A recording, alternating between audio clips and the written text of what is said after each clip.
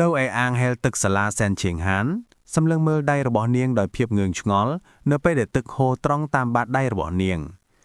ដោយមានភាពច្របូកច្របល់នាងបានសួរលីនជីឈិនថាហេតុអ្វីបានជារាងកាយរបស់នាងហាក់ដូចជាលិចទលេទឹកលោកក៏សង្កេតមើលនាងហើយដឹងថាលោកកំពុងឃើញធម្មពលអស្ចារ្យដែលលាក់កំបាំងរបស់នាងលោកបានសុំមើលដៃរបស់នាងដោយយកចិត្តទុកដាក់ដើម្បីពិនិត្យនៅពេលដែលប៉ាបាត់ដៃរបស់នាងលោកបានកត់សម្គាល់ឃើញថា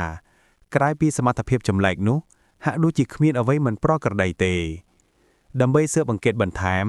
លោកបានស្នើឲ្យនាងចេញពីអាងទឹកដើម្បីពិនិត្យរាងកាយរបស់នាងទាំងមូលសែនឈៀងហានដែលមុខឡើងក្រអមនិងភ័យញ័រយ៉ាងច្បាស់ក៏យល់ព្រមដែលអៀនខ្មាស់មួយសន្ទុះក្រោយមកសែនឈៀងហានបានដេកយ៉ាងលើកៅអីដេកក្បែរអាងទឹកគ្របដណ្ដប់ដោយទឹកពីការធ្វើតែរបស់លីនជីឈិននៅពេលដែលលោកចាក់ទឹកលើនាងបានសួរថាតើការពិនិត្យនឹងចំណាយពេលយូរប៉ុណ្ណាទៀតបន្ទាប់ពីពិនិត្យនាង3ដងលីនជីឈិនបានសន្និដ្ឋានដោយគិតថាហាក់ដូចជាគ្មានភាពមិនប្រក្រតីផ្សេងទៀតទេលោកបានជួយនាងឲ្យអង្គុយឡានហើយបានប្រាប់នាងថាសម្រាប់ពេលនេះហាក់ដូចជាមានតែដៃរបស់នាងប៉ុណ្ណោះដែលមានសមត្ថភាពនេះហើយនាងក៏ងក់ក្បាលយល់ព្រម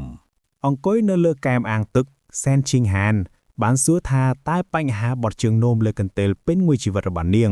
អាចទាក់ទងនឹងធម្មពលនេះដែរឬទេដោយសន្និដ្ឋានថាប្រហែលជាផ្នែកផ្សេងទៀតនៃរាងកាយរបស់នាងក៏អាចឲ្យទឹកហូរកាត់បានដែរលីនជីឈិនបានទទួលស្គាល់ថាវាជាលទ្ធភាពមួយហើយបានប្រាប់នាងថានៅពេលក្រោយដែលនាងមានអារម្មណ៍ចង់បត់ជើងនោមនាងគួរจะប្រាប់លោកមុខឡើងក្រហមយ៉ាងច្បាស់លោកបានបន្ថែមថានាងគួរจะព្យាយាមមានអារម្មណ៍ថាតើផ្នែកផ្សេងទៀតនៃរាងកាយរបស់នាងមានអារម្មណ៍ដូចបាតដៃរបស់នាងដែរឬទេលោកក៏មានអារម្មណ៍ខ្មាស់ភ្លាមៗដោយគិតថាលោកស្ទើរតែនិយាយដូចជាមនុស្សកាមរោគរំពេចនោះមុខរបស់សែនឈីងហានក៏ភ្លឺឡើងនាងបានស្រែកដោយរីករាយថានេះមានន័យថានាងមិនមែនជាក្មេងស្រីដែលគ្មានប្រយោជន៍ទេតែជានារីដែលប្រោសធម្មពលអស្ចារ្យទាក់ទងនឹងទឹកដោយមានការតាំងចិត្តថ្មីនាងបានគិតថាប្រហែលជាបើនាងអាចអភិវឌ្ឍធម្មពលរបស់នាងបានពឹងលេញនាងអាចឈរនឹងក្បែរលីនជីឈិនជាដៃគូដែលសាក់ដំបានរឿងបន្តនៅទីក្រុងដអ៊ូអនៅពេលយប់ដែលមានផ្ទាំងផ្សាយពាណិជ្ជកម្ម hologram ធំៗសម្រាប់ Seaboard លៀនជីឈិនចូលទៅក្រុងផ្សារទំនើបមួយដែលស្មានស្រីម្នាក់ស្វាគមន៍លោកដោយរួសរាយរាក់ទាក់លោកដើរយ៉ាងជឿជាក់ទៅកាន់បញ្ចបញ្ចេញកាតមួយឆ្លងកាត់វាហើយធ្វើការស្នើសុំដល់គូឲ្យភ្ញាក់ផ្អើលមួយសាច់អន្ត្រីយៈព្រៃដ៏ថ្លៃថ្លាចំនួន100ជីនស្មានស្រីនោះភ្ញាក់ផ្អើលនឹងការបញ្ជាទិញដ៏ច្រើនសន្ធឹកសន្ធាប់នេះនាងបានទទួលការទូទាត់របស់លោកដោយភ័យនិងក្រដាសចំណាំមួយដែលមានអាសយដ្ឋានដឹកជញ្ជូនដោយនិយាយរអាក់រអួលយល់ទ្រាំនៅពេលដែលលីនជីឈិនចាក់ចេញស្មានស្រីនោះមើលតាមក្រោយលោកដោយឆ្ងល់ថាតើម្ចាស់គ្មានអ្នកមានរូបណាដែលអាចខ្ជះខ្ជាយបានយ៉ាងនេះទោះបីជាភ្ញាក់ផ្អើលក៏ដោយនាងបានបំពេញទម្រង់បញ្ជាទិញដោយវិជ្ជាជីវៈ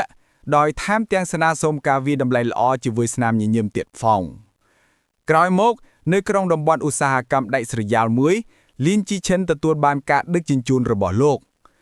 គិតអំពីហិរញ្ញវត្ថុរបស់លោកដោយកត់សម្គាល់ថាលោកទើបតែទទួលបាន120,000 យន់ពីប្រលំលោកតាមអ៊ីនធឺណិតរបស់លោកដែលនាំឲ្យមូលនិធិសរុបរបស់លោកឡើងដល់210,000 យន់លោកគិតថាចំនួននេះគឺគ្រប់គ្រាន់ដើម្បីរ៉ាប់រងថ្លៃដើមសម្លឹងមើលប្រអប់ធំនៃសាច់សត្វសាហាវលោកត្រៀមខ្លួនដើម្បីដោះសោធម្មពលរបស់វាដោយប្រាប់ខ្លួនឯងថាដល់ពេលត្រូវមើលថាតើកូដិកនឹងផ្ដល់ភាពភ្ញាក់ផ្អើលអ្វីដល់លោកហើយនៅពេលដែលលោកដាក់ដៃលើសាច់នោះវល់នៃធម្មពលពណ៌សដ៏ខ្លាំងក្លាមួយបានផ្ទុះឡើងហើយឡោមព័ទ្ធលោកការជូនដំណឹងជាប្រព័ន្ធពណ៌ខៀវបានបញ្ជាក់ថាលោកកំពុងលេបត្របាក់ប្រភពជីវិតរបស់ឥន្ទ្រីយៈព្រៃហើយវឌ្ឍនភាពនៃការដោះសោកូដិកបានឈានដល់ 100% បន្ទាប់មកលោកបានទទួលការនិមិត្តនៃធម្មពលរបស់ឥន្ទ្រីសត្វស្លាពណ៌សដ៏អស្ចារ្យមួយហើរខ្ពស់មុជចូលទៅក្នុងទឹកហើយបរបាញ់សត្វដូចជាមុខពណ៌ស្វាយដ៏ធំមួយដោយក្រញាំដ៏មានឥទ្ធិពលរបស់វានៅពេលដែលការនិមិត្តរលាយបាត់លីនជីឈិនឈរនៅក្នុងពន្លឺពណ៌ខៀវដ៏ភ្លឺចែងចាំងការជូនដំណឹងជាប្រព័ន្ធចុងក្រោយបានប្រកាសថាលោកបានដោះសោកូដិកឥន្ទ្រីយៈព្រៃដោយជោគជ័យនិងទទួលបានគុណលក្ខណៈជីវសាស្ត្រថ្មីភ្នែកមេឃការជូនដំណឹងជាប្រព័ន្ធមួយបានពន្យល់ពីសមត្ថភាពថ្មីរបស់លោកភ្នែកមេឃវាបានជូនដំណឹងដល់លោកថាវាចក្ខុវិស័យរបស់លោកនិងសមត្ថភាពក្នុងការតាមដានវត្ថុដែលកំពុងផ្លាស់ទី ត្រូវបានពង្រឹងយ៉ាងខ្លាំងនៅពេលដែលធម្មពលនេះដំណើរការភ្នែករបស់លោកបានបញ្ចេញពន្លឺពណ៌មាសដ៏អស្ចារ្យសេតភ្នែកខ្លាយជាស្មុគស្មាញនិងដូចឥន្ទ្រីដោយសារលបងជំនាញថ្មីរបស់លោកទស្សនៈរបស់លីនជីឆិនបានពង្រីកយ៉ាងខ្លាំងដោយផ្ដល់ឲ្យលោកនូវទស្សនវិជ្ជាទូទៅពីលើអាកាសដូចជាទស្សនវិជ្ជារបស់សត្វស្លាបនៃទីក្រុងធម្មពលនេះគឺមានភាពជាក់លាក់មិនគួរឲ្យជឿសោះដោយអនុញ្ញាតឲ្យលោកពង្រីកទៅមើលបរិសម្នាក់នៅក្នុងហ្វូងមនុស្សនិងថែមទាំងអានអក្សរនៅលើទូរស័ព្ទរបស់គាត់ពីចម្ងាយដ៏ធំផងដែរលោកបានសរសើរថាតើចក្ខុវិស័យរបស់ឥន្ទ្រីមានឥទ្ធិពលខ្លាំងប៉ុណ្ណាបន្ទាប់មកលីនជីឆិនក៏ត្រឡប់ទៅផ្ទះវិញលោកភ្ញាក់ផ្អើលដែលឃើញឪពុកម្ដាយរបស់លោកគឺលីនយ៉ាននិងចាងវ៉ាងស៊ីនកំពុងមើលរបាយការណ៍ព័ត៌មានដ៏អាក្រក់អំពីអ្នកបញ្ចូលហ្សែនកម្រិតខ្ពស់ម្នាក់ដែលបានផ្លាស់ប្ដូររូបរាងនៅទីសាធារណៈបណ្ដាលឲ្យមានអ្នកស្លាប់និងរបួសរាប់រយនាក់វីដេអូបានបង្ហាញសត្វចម្លែកមានស្លាបដ៏គួរឲ្យភ័យខ្លាចមួយកំពុងកាន់រថយន្តដឹកទំនិញពីលើកន្លែងនៃការបំផ្លិចបំផ្លាញបន្ទាប់មកការផ្សាយបានកាត់ទៅការជជែកដេញដោលដ៏ក្លាយគុកមួយបុរសម្នាក់បានលើកឡើងថាការបញ្ចូលហ្សែនគឺជាផ្លូវដែលមានបញ្ហាដោយអះអាងថាមនុស្សគួរតែអាចដោះសោសក្តានុពលដែលលាក់កំបាំងរបស់ពួកគេនិងវិវត្តខ្លួនឯងបានការនេះត្រូវបានជំទាត់ភ្លាមៗដោយបុរសម្នាក់ទៀតដែលហៅគំនិតនេះថាជាការស្រមោលស្រមៃដោយសួរដោយកំហឹងថាតើពួកគេអាចប្រយុទ្ធប្រឆាំងនឹងសត្វសាហាវដែលខុសប្រក្រតីដែលគ្មានអ្នកបញ្ចូលហ្សែនដែលរបៀបណាដោយចង្អុលបង្ហាញថាអ្នកប្រយុទ្ធក្បាច់គុនបុរាណមិនអាចបញ្ឈប់គ្រាប់កំភ្លើងបានផងកំពុងមើលការជជែកដេញដោលនោះឪពុកម្ដាយរបស់លីនជីឈិនក៏បានពិភាក្សាអំពីបញ្ហានេះលីនយ៉ានបានកត់សម្គាល់ថាអ្នកបញ្ចូលហ្សែនគឺដូចជាគ្រាប់បែកដែលមិនអាចគ្រប់គ្រងបានចាងវ៉ងស៊ីនបានបដិសេធការព្រួយបារម្ភរបស់លោកដោយបញ្យល់ថាបទបញ្ញត្តិរបស់រដ្ឋាភិបាលគឺតឹងរឹងណាស់ហើយលទ្ធភាពនៃឧបទ្ទិហេតុបែបនេះគឺតូចបំផុតនាងបានបន្ថែមថាបញ្ហាដែលគួរឲ្យព្រួយបារម្ភជាងនេះគឺថាអ្នកបញ្ចូលហ្សែនតែងតែបាត់បង់សមត្ថភាពក្នុងការមានកូនលីនយ៉ានបានយល់ស្របដោយស្នើវាជាការល្អបំផុតនឹងការរក្សាសម្ភារៈហ្សែនរបស់ពួកគេឬមានកូនមុនពេលដំណើរការបញ្ចូលហ្សែននៅពេលដែលពួកគេកំពុងនិយាយចាងវ៉ាងស៊ីនស្រាប់តែចាប់អារម្មណ៍ថាកូនប្រុសរបស់នាងបានត្រឡប់មកវិញហើយនាងក៏ភ័យស្លាន់ស្លោដោយដឹងថាពួកគេកំពុងមានកាយសន្ទនាដែលមិនគួរឲ្យកូនប្រុសរបស់នាងបានឮហើយបានស្វាគមន៍លោកដោយមុខឡើងក្រហមដោយភាពអៀនខ្មាស់ឃើញភាពឆ្កង់ឆ្កង់របស់ពួកគេលីនជីឆិនបានស្នើឲ្យពួកគេញ៉ាំអាហារពេលល្ងាចទាំងអស់គ្នាខណៈពេលដែលក្រុមគ្រួសារកំពុងញ៉ាំអាហារលីនជីឆិនបានប្រកាសថាសាលារបស់លោកនឹងរៀបចំការប្រកួតចម្រៀងក្នុងបរិវេណសាលានៅថ្ងៃបន្ទាប់ហើយស៊ិនឈីងហានបានចុះឈ្មោះចូលរួមឪពុកម្ដាយរបស់លោកមានសេចក្តីរំភើបយ៉ាងខ្លាំងលីនយ៉ានបានប្រកាសថាក្រុមគ្រួសារទាំងមូលត្រូវតែទៅលើកទឹកចិត្តនាងហើយចាងវ៉ាងស៊ីនបានយល់ស្របយ៉ាងសាទរដោយបន្ថែមថាស៊ិនឈីងហានគឺដូចជាកូនស្រីរបស់នាងដែរលីនជីឆាន់បានយល់ព្រមដោយស្ងប់ស្ងាត់រាត្រីនៃការប្រកួតគឺជាព្រឹត្តិការណ៍ដ៏ធំមួយដែលមានឆាកធំភ្លឺស្វាងនិងហ្វុងមនុស្សដែលមានថាមពលខ្លាំងក្លាដោយពាក្យរបស់ពួកគេដែរលីនយ៉ាននិងចាងវ៉ាងស៊ីន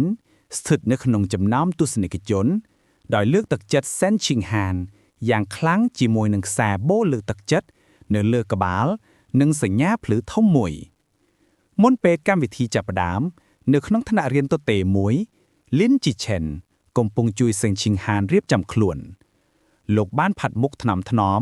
លើផ្ទៃមុខរបស់នាងនៅពេលដោយនាងបើកភ្នែកនាងបានកត់សម្គាល់ខៃថាលោកកំពុងសម្លឹងមើលនាងយ៉ាងយកចិត្តទុកដាក់មុខឡើងក្រហមនាងបានសួរដោយអៀនខ្មាស់ថាហេតុអ្វីបានជាលោកសម្លឹងមើលនាងបែបនោះលីនជីឆាន់គ្រាន់តែញញឹមហើយប្រាប់នាងថានាងមើលទៅស្រស់ស្អាតការសរសើរដ៏ស្មោះត្រង់របស់លោកបានធ្វើឲ្យស៊ិនឈីងហានដែលស្លៀកពាក់រ៉ូបខ្មៅដ៏ឆើតឆាយ